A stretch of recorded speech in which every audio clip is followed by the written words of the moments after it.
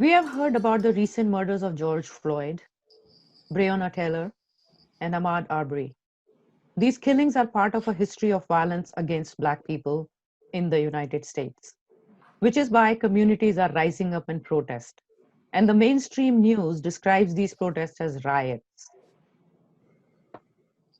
I come from South Asia. Remember, even our struggle against the British, which Black activists in America supported, was also described as riots. Today, let's try to talk about this Black Lives Matter movement, and let's be on the right side of history and support our Black community as they fight for freedom and safety. We, as first generation immigrants, have spent our lives trying to better our lives, raising our children, building our wealth, and in the process have ignored our social obligations, our ignorance of racial injustice, have stayed quiet when a Black man was murdered by the police, when a Black woman was bypassed for a job or promotion, or her due respect in the professional world because of the color of her skin. But finally, some people in our community have heard this cry of George Floyd and have awakened and are coming forward to join hands with those who are trying to bring this change. So help us understand how we can participate, how we can join you guys or everybody else who believes in Black Lives Matter.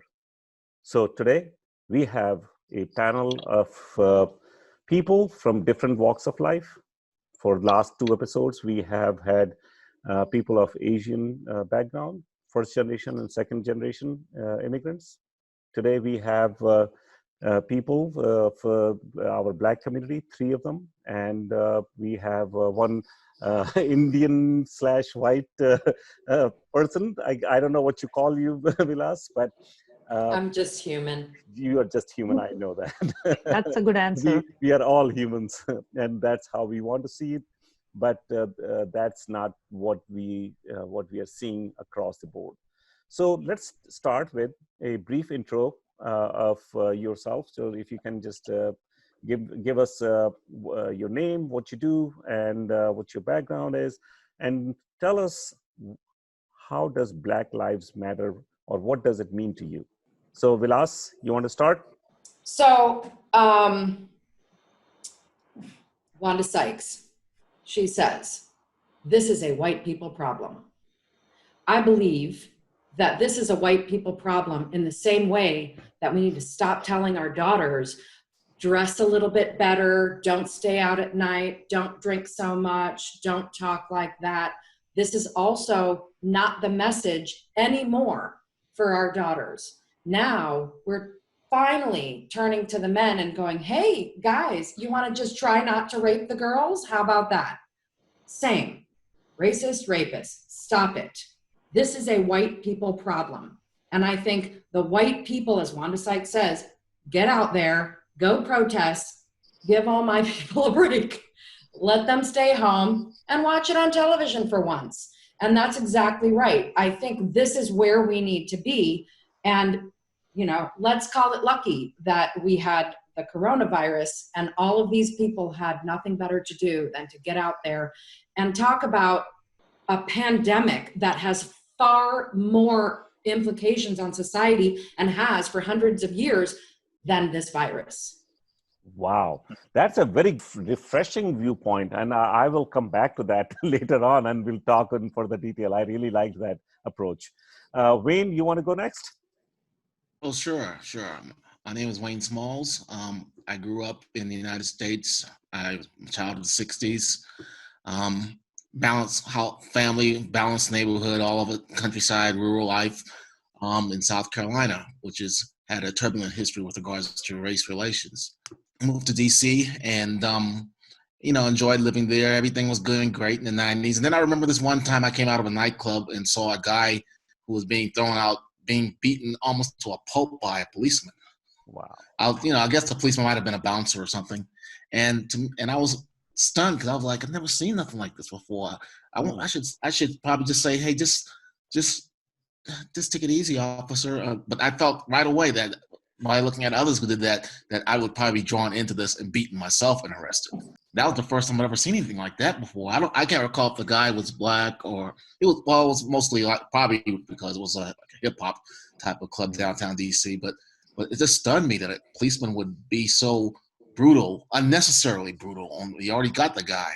So that's one of the things of the '90s I'll never forget. And since then, it's just been encountering policemen. It's always been just a matter of being extra cautious than I would normally think I would need to be. If I'm pulled over by a policeman while driving, me and my brothers, we always knew the exercise.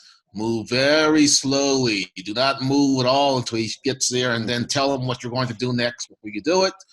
And then like a procedural thing, just to make sure that the person isn't really over the edge on something. And even in my day-to-day, when I jog the streets of Washington, D.C., even if I see that the next block has policemen, I'm definitely not going to be jogging that block. I'm going to be walking past those guys because I don't want them to, and I'm wearing jogging attire, but your brain just shuts, walk. And if you want to really prove your mettle, be in a place where they're at and attempt to say hello. Even though I've never been arrested before, I've never, no record or nothing, you just get a little bit nervous about them. And before the virus hit town, I told a few of my colleagues what was going to happen next and what was going to happen after that happened and what was going to happen after that happened, because I grew up in the United States. I know exactly how people are going to respond to a lot of things. And so far, with the second wave approaching different cities because of certain attitudes and certain views, and because of the way the hospital treatment plan, how it worked out for other African Americans in hospitals, I booked out. So I've had some time and some different types of experiences with, policemen or viewing police encounters, and also with understanding how people behave under certain circumstances in the United States. Yeah. And this is what this is how I wanted to learn what you guys go through. Kim, you want to go next? Okay. Yeah, I was going to ask Kim.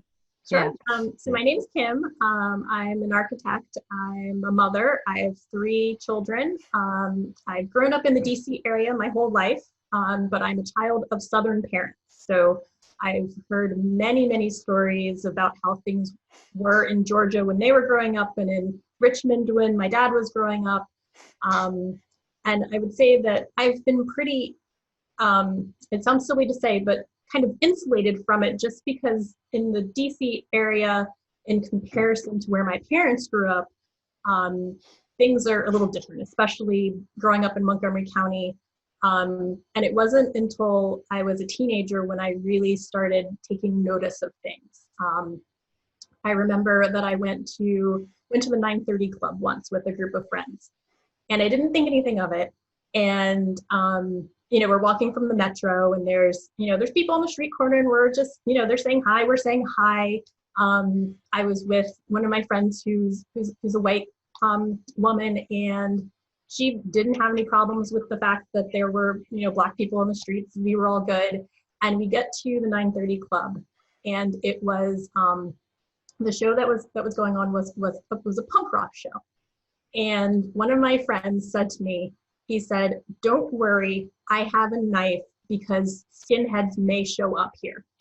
Mm-hmm. And that, at the moment, my heart stopped, and it took a minute for me to kind of process. Is my friend telling me that I'm here in danger because there are going to be people who are going to come who don't like me just because of the color of my skin? Mm.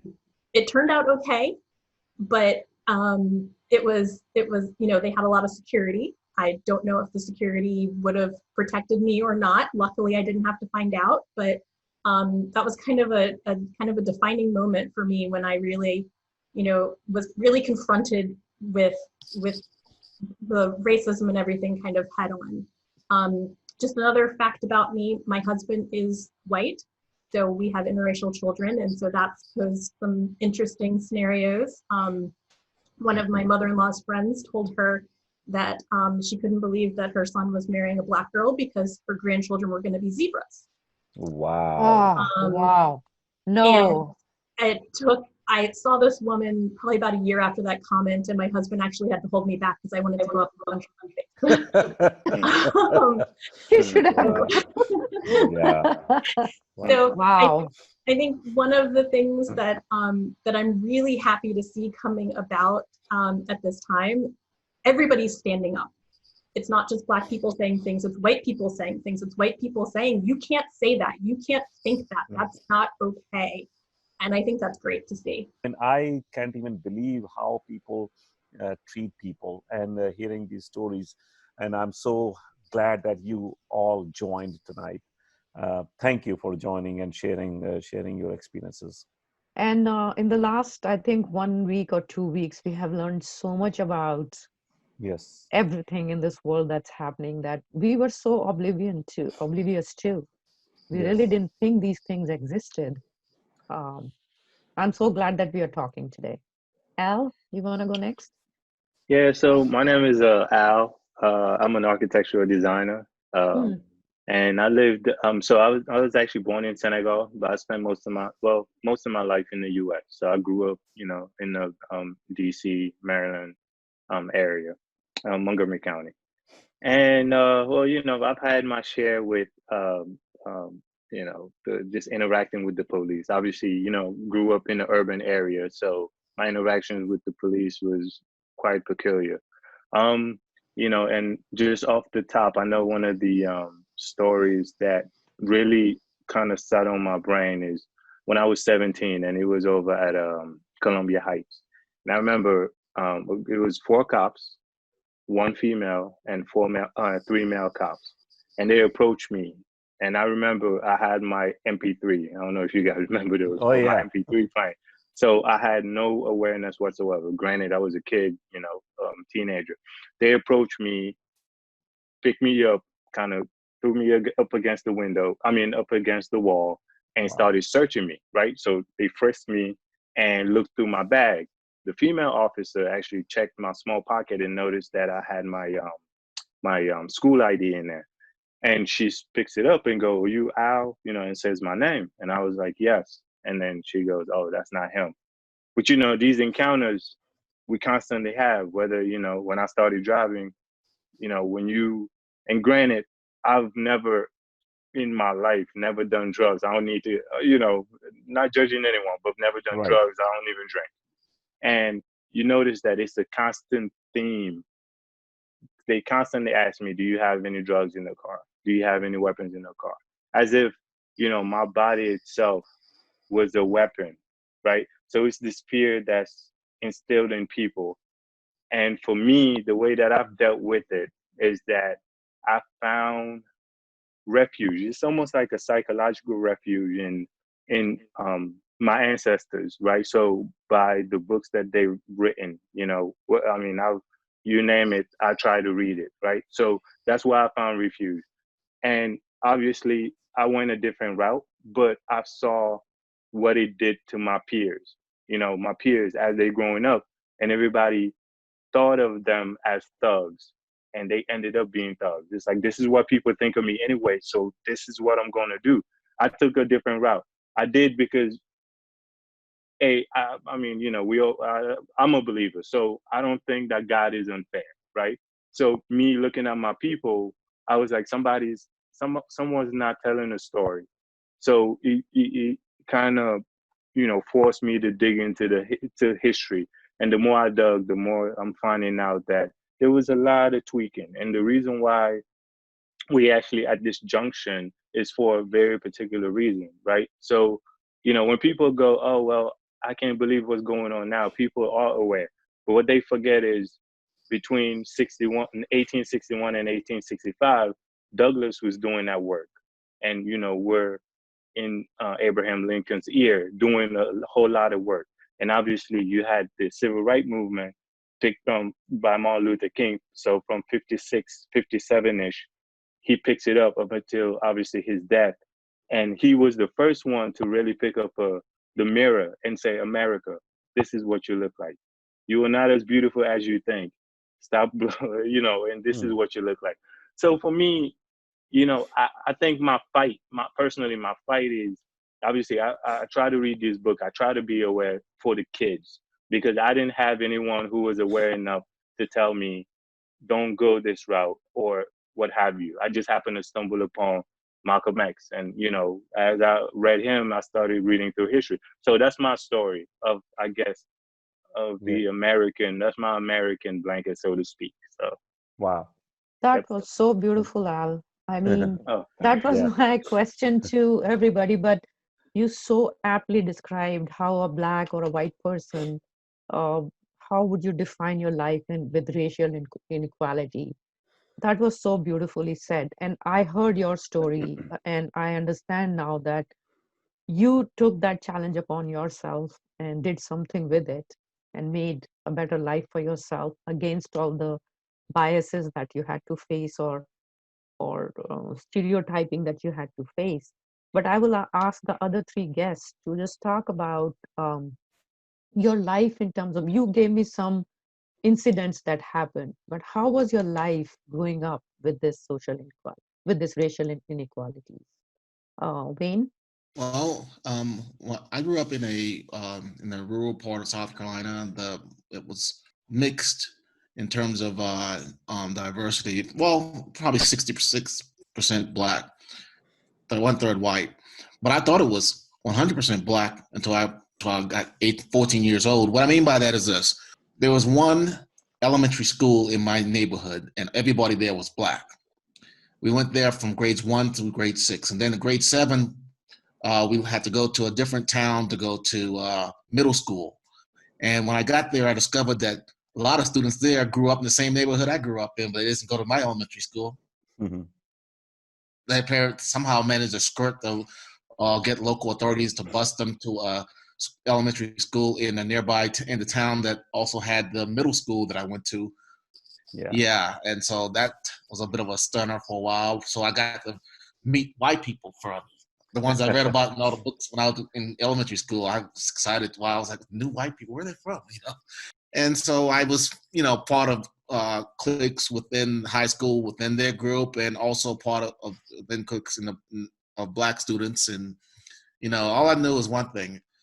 Quickly, I knew this in the 9th grade, that if anything happened, whatever you decide to do, Wayne, if you have to make a decision that's crazy, you better make it with a crew that's white, because you're gonna definitely find easy outs or bailouts out of that one. Because Wow. if you look to these guys over Wow. here, they're not gonna do that, and that's never failed to pan. Even as it breaks down now with the current situation with opioids and the ravaging different the white community right now, that all just breaks down back to high school. I'm like, it'll just be different then. So these are little things that I noticed in college. Went to University of South Carolina. It was predominantly white, although back in the late 1800s, it was predominantly black for a brief period of time after the Civil War ended. And then after the folks who were fighting these battles up in Virginia came back home and saw that black people were running the University of South Carolina campus as effectively as anyone else, and the board of trustees was black. The University of South Carolina back in 1860, they took that. It was retaken, so to speak, and black people couldn't come back there until 1960s. I got out of college and went to DC, and just kind of like floated through different scenes. Some of them black scenes, some of them white scenes. And I do recall a situation where I got out of my car. I had 2 cars. I had a nice brand new Lexus, and I had an older car. And I was at my apartment complex transferring goods from one car to the other, and policemen saw me, and they were curious about that situation. I knew they were going to be curious about that if they saw me. And but nothing particularly bad happened, because I just acted as boring as I could. I'm thinking to myself, why am I acting so boring? Even to this day, if I get pulled over by a policeman, I said, just go into boring mode. Say nothing. Let's be boring. Be super boring. So if we go to court, he can't remember any particular unusual conversations or topics out of Wayne. He just had a guy who was so boring, he just let him go because he's just boring me to death.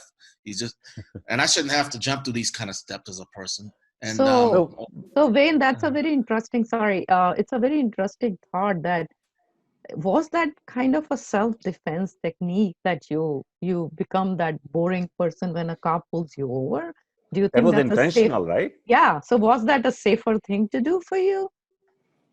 It was Were safer to you? not be normal Wayne, but to be Boring. super boring, almost, but not so Intentional. boring as to look like you're on something. That's kind of boring. Yeah. Just So, boring. Wayne, how much did you have interaction, interracial interaction? Did you have any interaction when growing up? I know you didn't see any white kids until you got to the 7th or 8th grade, but how much of social integration was there? At what point did you have interaction with, heart-to-heart interaction with any person of different race? Well, socially, in high school and in middle school, it was to the extent of what kids could normally do at school. I would occasionally call on the phone and speak to some of my friends who were white and so forth. And you know, I remember one time I was interested in a young girl that was white when I was probably in the 10th grade, Mhm. but I think my dad wanted me. And I think her dad might have called my dad. I can't even remember the details of that stuff. But I thought it was just unusual that people, would be would have issues like that. I remember also one time there was a local fraternal organization called the Moose Lodge in my hometown, and they had a swimming pool. They had the only pool that I knew of in the county. And I said, Dad, why don't you join the Moose Lodge? And he was like, he would always just downplay it. But then I discovered later on down the line that these were just organizations that were not going to be catering to anyone who wasn't white. And I could never really understand that. I read a lot of books, fictional stories when I was young, all the Stephen Kings and all that stuff, just to try and get a good idea on how different people might write or think about things, and just to understand many other sides. I had a lot of good friends who were white when I was in high school. I had one friend who was, I think his mother was probably black and his dad from India, or maybe vice versa. But he was a good friend of mine too. And Kim, what what shaped you? How your life was shaped because of racial inequality or racial differences? So I would say growing up, like I mentioned, I grew up in Burtonsville. So for those of you that know the Montgomery County area, then I went to Paint Branch, which at the time when I was there was probably the most racially mixed school in the county. It was also a blue ribbon school. I wouldn't say that there was no racism, because absolutely there was. There was, that remember there was a time where a girl who used to be my friend, we'd gotten into a falling out, and she told the principal that my other non-white friend and I had slashed another girl's tires. And so our moms had to take off of work and had to go into the principal's office.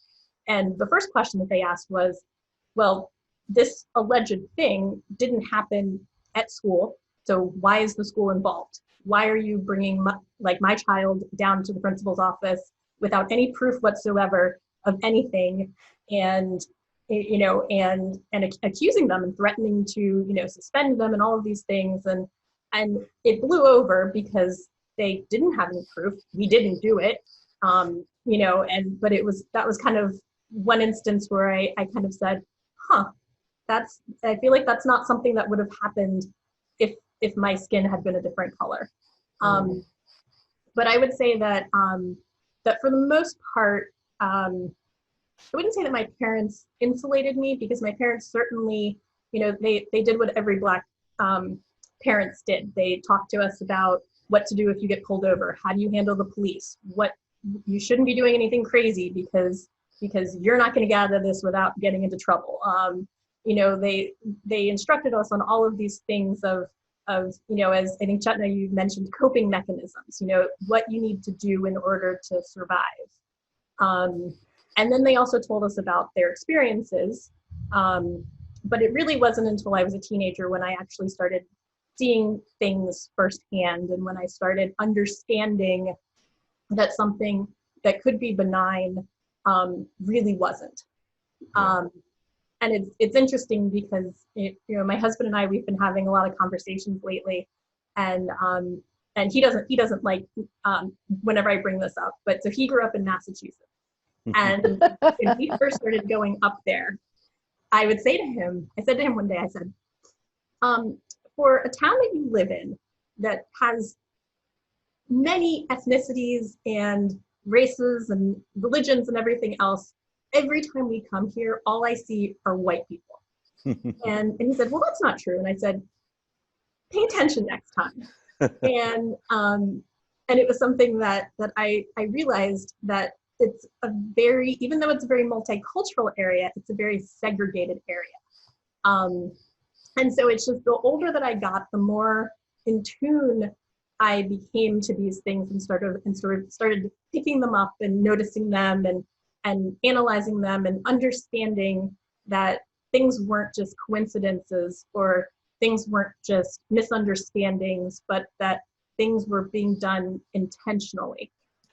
It's very interesting when you touched upon that all Black families, they teach their kids a certain way how to protect themselves in adverse times. That is like so heartbreaking that in today's world, we have to teach our children to be certain way. Yes. I mean, the kids should not be worried about being safe. They should be worried about having a childhood. Absolutely. They don't need to learn those things. Yeah, and it's something that my husband and I wrestle with because he's very much, telling me, I have a son, and he, is very much, you do what you want to do, you do this, and I'm like, no, you can't do that. And I remember, at one point my husband's like, well, I don't understand why, I grew up doing this, and I, can say what I want and do what I want, and nobody says anything. And I said to him, talk to my dad. And so he sat down and he talked to my dad about it. And he kind of came out of that conversation with I don't agree, but I completely understand. Wow, good. Hey, Vilas, I know you came from totally different background. And you mentioned earlier before we started talking was that you grew up in India and you moved here at the age of 16. And that was the first time you experienced racial differences, right?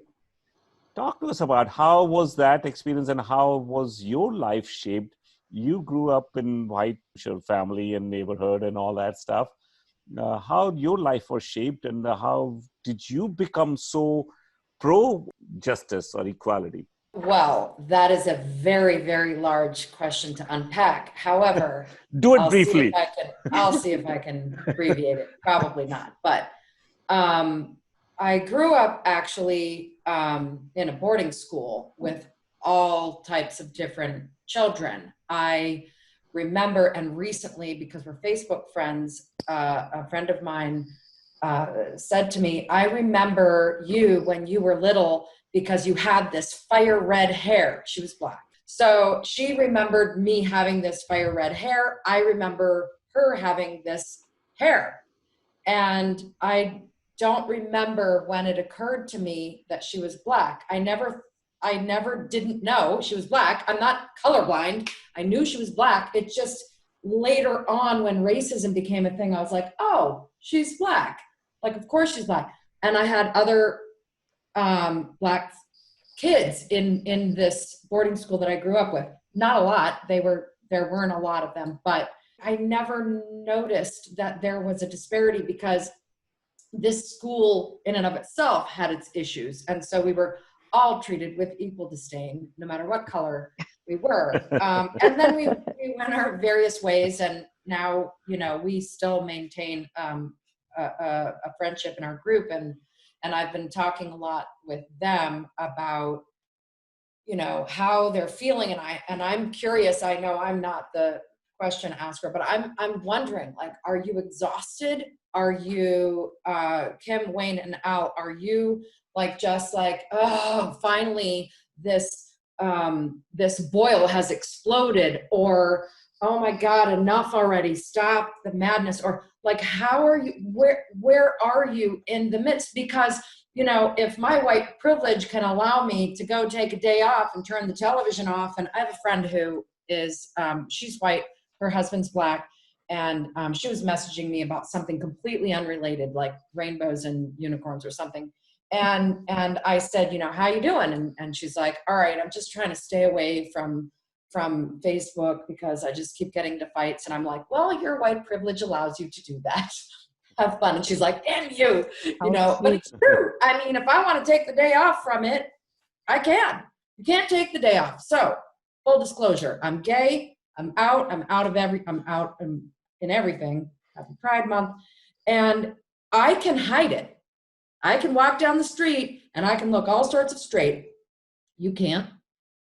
I mean, there's nothing you can do to just say, well, I'm going to just stay in this closet here. You're in the world. I can hide my identity if I feel like it. I can act normal as I am right now.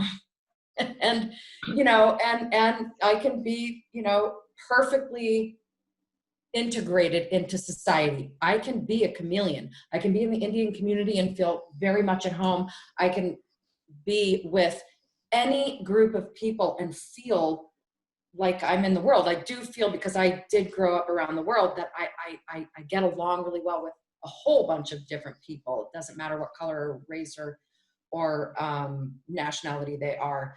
And so it's easy for me to be that chameleon and sort of be integrated. And I've had some other people who are like, what are you doing here? You don't belong. And it's fine. I mean, I don't belong any more than anybody else does, or I do belong as much as everyone else does. And I'm happy to stand up. And one of my favorite pictures that I've seen through all of this was a white girl, blonde, and her t-shirt said, stand behind me. I got you. Mm-hmm. So, and I mean, I fell apart. I'm like, that's the future of humanity. Stand behind me. I'll stand between you and that cop. And that's what I want to see, the future of the world. I know there's so much that we can do to make an impact. And I want to see a lot more white people. I mean, here's the thing. This is something I just touched a little bit on boarding schools, and that was hellacious. But my opinions about this particular movement are not new.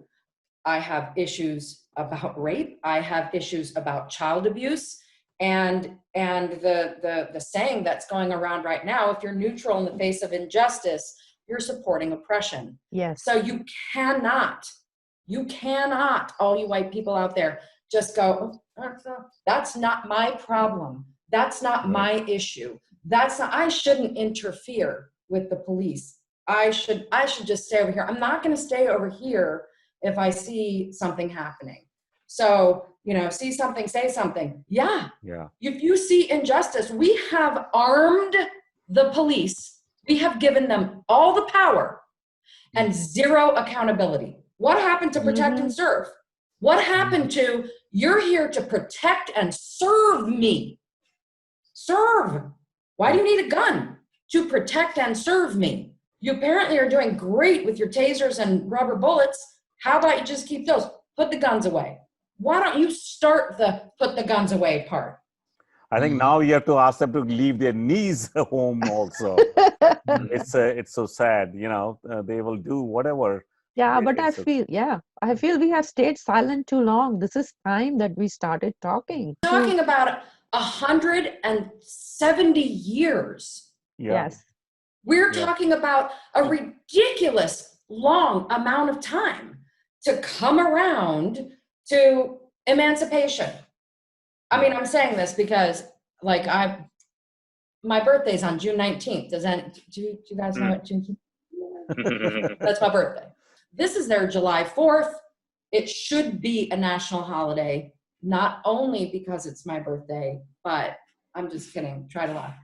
But seriously, I mean, it matters that for 1865, come on. You know, how long are we going to have these conversations and go, let's take this seriously, let's stand up? The same way that we're standing up about all of these social injustices, I think, you know, there's a lot to be done. And I don't know that this needs to be put on the Black community. I think they have enough to bear. And I think that the white population, I was just on watching another Zoom with, it was white women against racism, anti-racist, and having this like, what can we do? What are the things we're going to do? What are the things you're committed to do? There's multiple levels of contribution that you can make. Some people, younger people that are not as old as me, can go out there and fight and protest and be willing to take the risks. Some people can do grassroots. That's basic. No, Talk to friends and family. Yeah. I mean, there's a multitude of things that we can all do that matter, but being quiet is not an option. Yeah. When you were Totally agree. saying, Totally agree. yeah, There's a multitude of things, including that, but also work on you. On you meaning just self. Just look at the things in the life. A white person should look at be realistic about themselves and not just say, "Oh, we need to work on this or work on that," and then everything goes back to the way it used to be a month later. It probably won't be anything that's an instant change, but it's on white people to really reevaluate themselves, reevaluate history realistically, and not sweep certain things under the table. There's a whole lot that's happened in the last 200 years in the United States that you may not be aware of, including towns that were burned down by all white riots and race. Even 100 years ago, there was a Red Summer where there's plenty of lynching, plenty of killings. Nobody talks about it. And then the past looks like it was all innocent and hunky-dory. And then, meanwhile, though, Black people learn these things or know these things, and we walk around and not, with a chip on the shoulder, but just realizing that you're not owning up to your own history, and not us, but white people owning up to their own history, and that old habits haven't died, and the old habits still come through generation after generation. And I see some of it in my own state when I look at the newspapers talking about the reaction to the protests and wanting to call it riots. Really? Come on. If you want to riot, I can go down 100 years and show you a riot on massacres. They want to call protests riots, as you said earlier. They want to say everybody who's protesting had was a rioter. And then they want to talk about looting, but nobody talks about the looting that happened in Tulsa, Oklahoma about 100 years ago, or the looting that happened in Wilmington, North Carolina, or the looting and burning of towns that happened before. And basically, white people really need to just reevaluate themselves and reevaluate history and accept and acknowledge, things that were done that were wrong, and and build up upon it.